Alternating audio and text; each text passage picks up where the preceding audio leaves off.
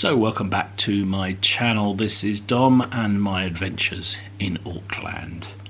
So you would have seen I was given an army box of Mantic's Kings of War Orcs by my mate Ken, because he's trying to get me into fantasy. I'm a historic gamer. I don't play fantasy, apart from the old Saga Age of Magic, but that doesn't really count. So he's trying to get me into fantasy. Whether we play Kings of War, or I want to try Oathmark, or whether we play Warhammer, which I think is what Ken wants to play, I don't mind. But we're gonna try it out. So I'm working my way through my units. So as a bit of because this is what I do, I rushed off and looked at eBay and picked up a few cheaper units being sold off there, including this one, which is the Orc Skulks troop from Mantic. You get 10 models in there. Box is a bit battered, but it doesn't matter because they were all fine inside. I didn't bother showing you all the sprues, because basically what's really clever, these sprues are exactly the same as the standard infantry, but they give you metal arms and a couple of metal heads. I haven't got, where's the metal heads gone? Oh, there's a metal head. There you go. So you get, I think it was 5 metal heads, and then various arm replacements. So you've got enough to make the 10 archers, basically. And then also their quivers to go on the back. And it's quite nice, because within that you can create quite a lot of variety. So I've got this guy here cheering the unit on, and you can see I've I've basically primed this guy and the other 5 here, just to sort of get a sense of how they come out. This one of the metal heads, and once they're put together you don't really notice the difference, which is great. So yeah, you get the standard bodies that you get from all of them. You actually get the extra arms and extra weapons that you get within the axe and the great axe sets, which is nice as well. So you've got a few spares, and they all go together pretty simply. The only bit is on the some of the sprues, some of the figures, they have little studs for the arms to connect. So you just have to clip those off to fit these metal ones, because these are flat basically. But you can see the effect is pretty good, and when you base color them, difficult to tell the difference, to be honest. So these are the next I'm going to be on the production line. I'm going to look forward to doing these 10. Yeah, so let's get cracking, shall we? So progressing quite well down the line of these archers. What have I done with these fellas? So I debated on my Great Axe unit video whether I should keep everything standard colours. So in that case I had red tunics on them, and I still may do for the heavy infantry, so that they look very similar. I'm still not sure, but for these guys, because these are different, these are archers, I decided that I would do a different colour. So I went for a paler brown. So I, again, contrast paints, and I used Agros Dunes, and basically used that as the colour for the tunics that you can see here on these figures. So I quite like, I do quite like that effect, and by the time I get a wash on that, it'll look even better. I've done the orc skin exactly the same way as previously. So that's your plague bearer, washed with Beltan green. So that's those two done, and because I do like the effect that gives. It's, as I said before on the axe video, it gives them a green skin, but it's not that really bright green skin, which I'm quite happy with. So I've done that. I've done the base color for the armor, so that needs dry brushing with the silver next, and I've done the sort of surround around the armor and around the back of his shoulders and what have you, black leather, using oh, where's it gone? There, no, that's not it.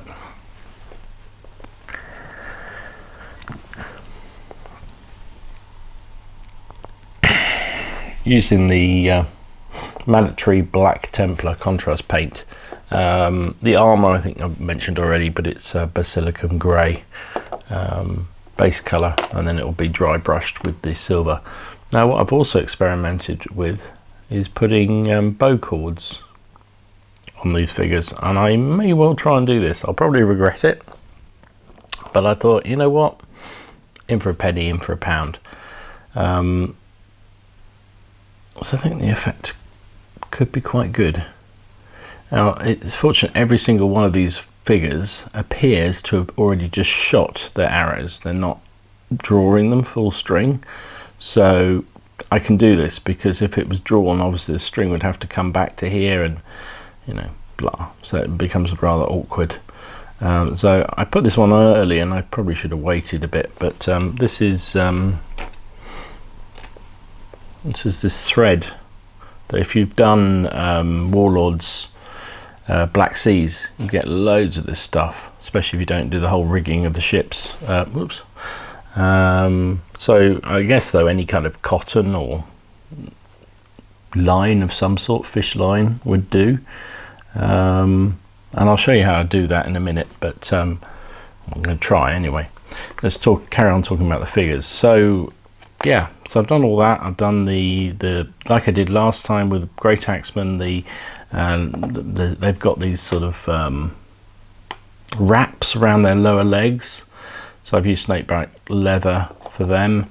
I've also used snakebite leather on the scabbard of the knives they've got on their backs. They've also, a couple of them got little sort of pouches, little bags, and just around the there's a sort of string around the quiver there, which I've done. I also did you can just about see the tops of the arrows coming out of the quivers, so the bits of wood there I've done in the in snakebite leather, and then the flights, that's it, I knew I'd remember. The flights of the arrows I've done just with the Templar black again. Now the bow, I wanted to have a brightish coloured bow, but not one that really got OTT. So kind of a bit ironically, really, I went and used contrast orc flesh for the bows. They've had 2 coats because it brightens them up a bit, but I quite like that, green bows. So there you go. So that's how we did that. So that's where I am now.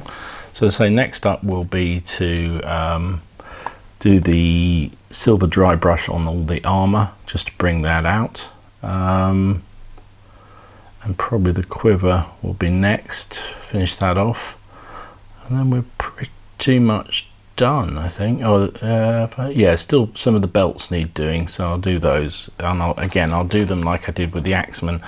I'll do them in black, Vallejo black. Yeah, I think we're there. Whoops. But let me show you how I did. Let me show you how I did the bow strings. So as I say, I use this. This is thread that you get from Black Seas, but I think any kind of cotton string, you know, some sort of fine but reasonably strong string of some sort of reasonably strong cotton or something like that, or twine would probably do it, just as long as it's not too thick. So I'm just going to cut off, need some sharp scissors. These are just little nail scissors, they work pretty well. So what I'm going to do is try and create a loop, which is hard for my fat little fingers. There we go, little loop there, and I'm going to loop it over the top of the bow like that. Oops.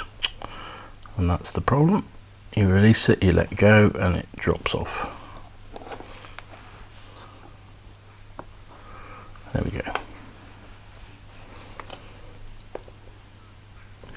So while it's still a little bit pliable, I'm going to add a dob of super glue. So while it's still there, I'm just going to add a dob. Whoops, that was a bit more than I wanted to add. Take it off, and then while it's dried, just pull it right to the top and tighten it, and then just hold it there. It takes a few seconds, like most things. So there we go. So I've got a bit of extra. You need to make sure you've got a bit of extra, because you don't want to end up with a tiny little end that you can't do anything with, and if it slips off, you're buggered. So I've done that. Right, so I'm just going to, there we go, wipe off that excess paint, excess glue. Just going to hold the little bit of thread. I hope you can see this. I don't know whether it's showing up, but I'm just going to snip the bit of thread that's right to the top. So now we've got, basically we've got it attached on one end. Now bows, when you fire them,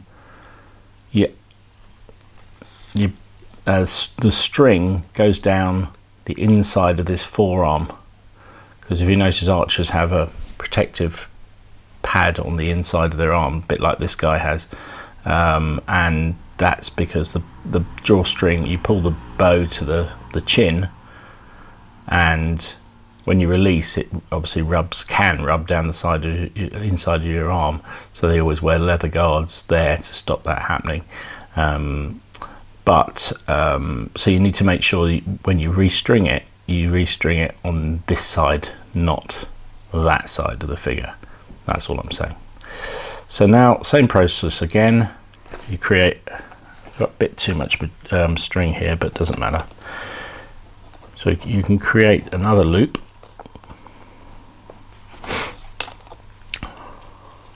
See what I'm saying about doing this? Is fiddly as hell. There we go. Little loop.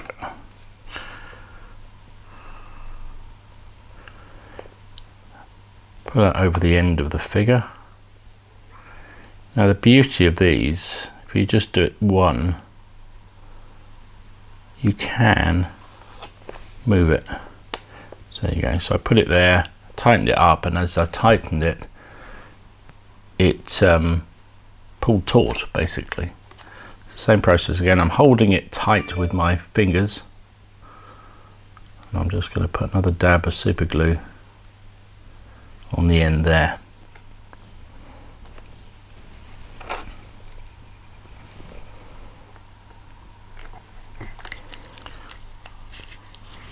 Put the lid back on the super glue while we're holding it tight. Right, that should be set. Yep, that's set. And just snip off the excess, getting us, keeping it taut, getting as tight as we can get away with. There you go. And there you go. So that's two guys. Where's the other one gone?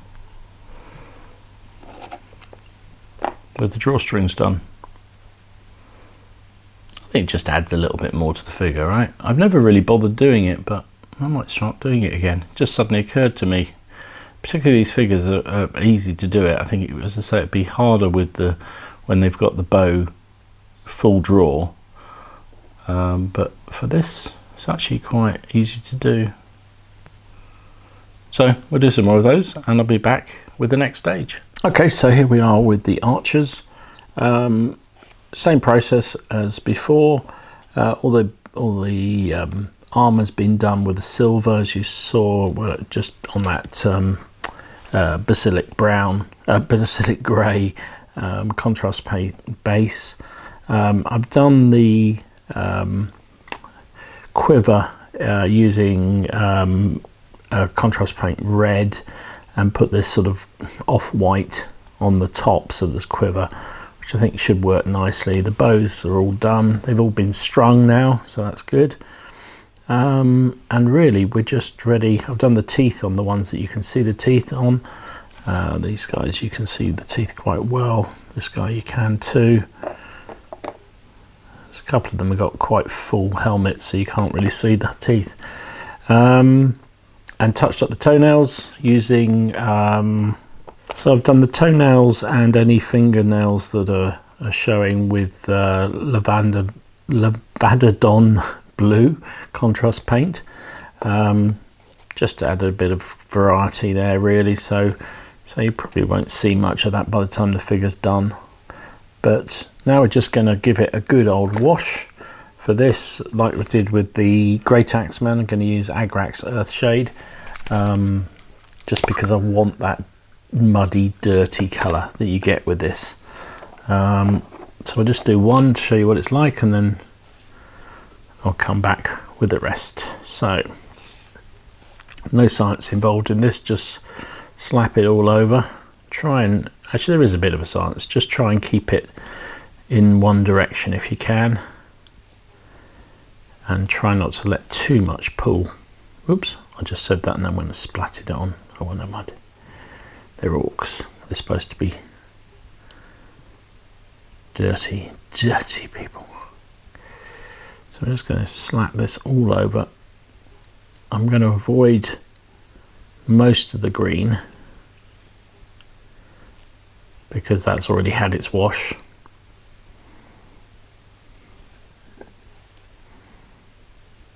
But I'm going to try and do everything else, including around where the straps are on those legs, even though it probably will run onto the figure, onto the skin itself, but that doesn't matter too much.